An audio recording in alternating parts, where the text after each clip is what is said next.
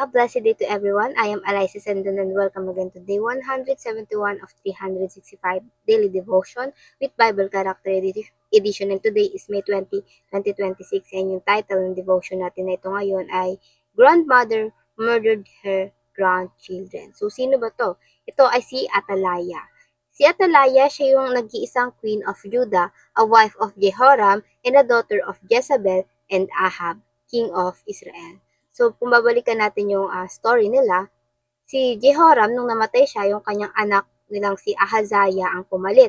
At nagkataon din dahil apo nga ni Ahab itong si Ahaziah, pumunta siya dito sa Israel. But during this time, si Jehu na nakareceive na ng utos ng Diyos mula sa propeta na uubusin niya ang lahat ng salinlahi nitong ni Ahab at nasama nga dito si Ahaziah. So that's why in today's scripture reading, ito yung mababasa natin sa 2 King chapter 11 verse 1 to 3. It says, When Athaliah, the mother of Ahaziah, saw that her son was dead, she proceeded to destroy the whole royal family. So pinagpapapatay niya lahat ng anak ni Ahaziah, lahat ng kanyang apo.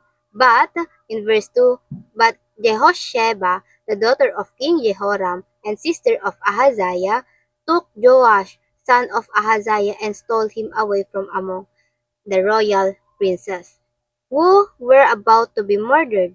She put him and his nurse in a bedroom to hide him from Atalaya, so he was not killed. So, nagmalasakit itong tita ni Joash sa kanya para siya ay maligtas at ibig sabihin din ito yung pagkilos ng Diyos sa kasamaan dahil nga sa pangako ng Diyos, sabi nito na ipe-preserve nito yung ni ipe-preserve nito yung lahi ni David sa pag-upo sa trono hanggang dumating si Jesus Christ.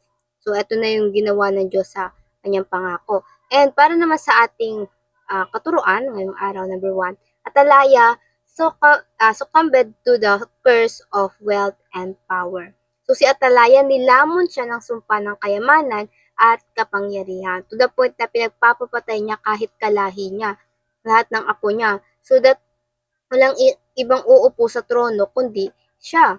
So, the curse of wealth and power is you will never satisfied. Kahit ano pang dagdag yaman yung makuha mo, you will never feel satisfied.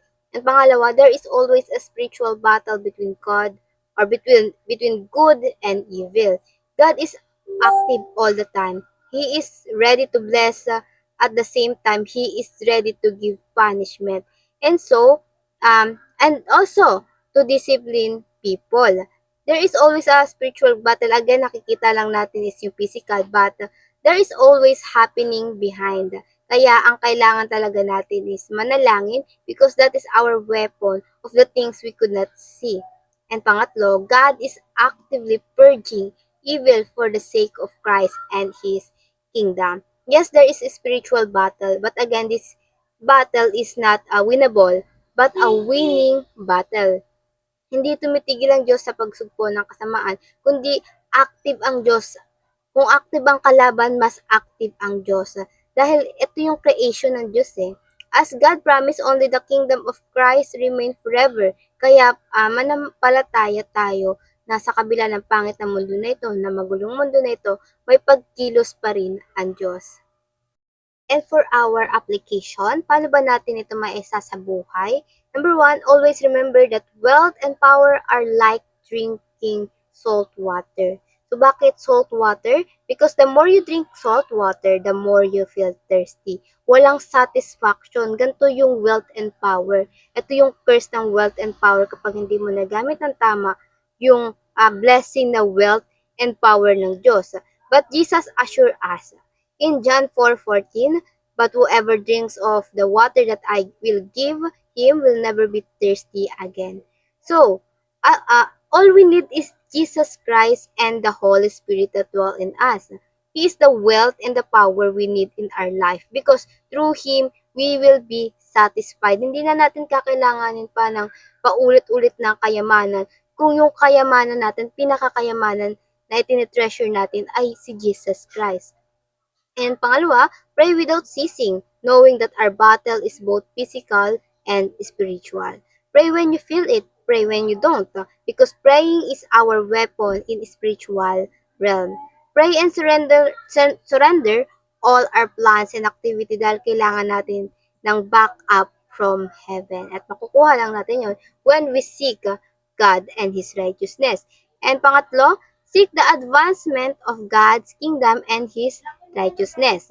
When Atalaya killed her grandson, ang Diyos preserve niya yung Davidic line by saving Joash. And this show one of the proof that God is moving despite of evilness of people. And we are the kingdom citizen, kaya pinapalaganap rin natin dito sa mundo kung anong meron sa kingdom of God. The good news is tayo ay magwawagi dahil napagtatagumpayan na ito ni Jesus Christ 200 years ago.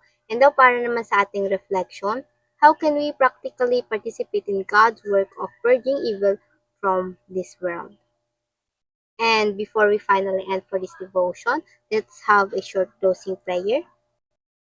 Let's pray. Heavenly Father, we thank you again for this devotion na kayo po, Panginoon, na pinapaalalahanan kami, pinapakita, Panginoon, ang iyong tunay na kapangyarihan, Panginoon, na siya makakapag-satisfied alone sa amin, Panginoon, and hindi yung power and wealth, Lord God. Lord, help us to walk by the Spirit and Jesus Christ, Lord God, na yung buhay namin ay maging kalugod-lugod sa inyo, Panginoon, at magamit namin ng maayos itong mga biyayang pinagkakaloob mo. Lord, help us, give us wisdom and understanding, Lord God, and reveal to us, Lord God, kung ano yung gusto mong maging kami, Panginoon. And ayun lang po, in Jesus' name we prayed. Amen and amen and amen. I hope marami po tayong natutunan at matututunan pa, and I pray na sama-sama sana tayong lumago para sa Panginoon. See you again tomorrow for our devotion. Have a nice day ahead and God bless.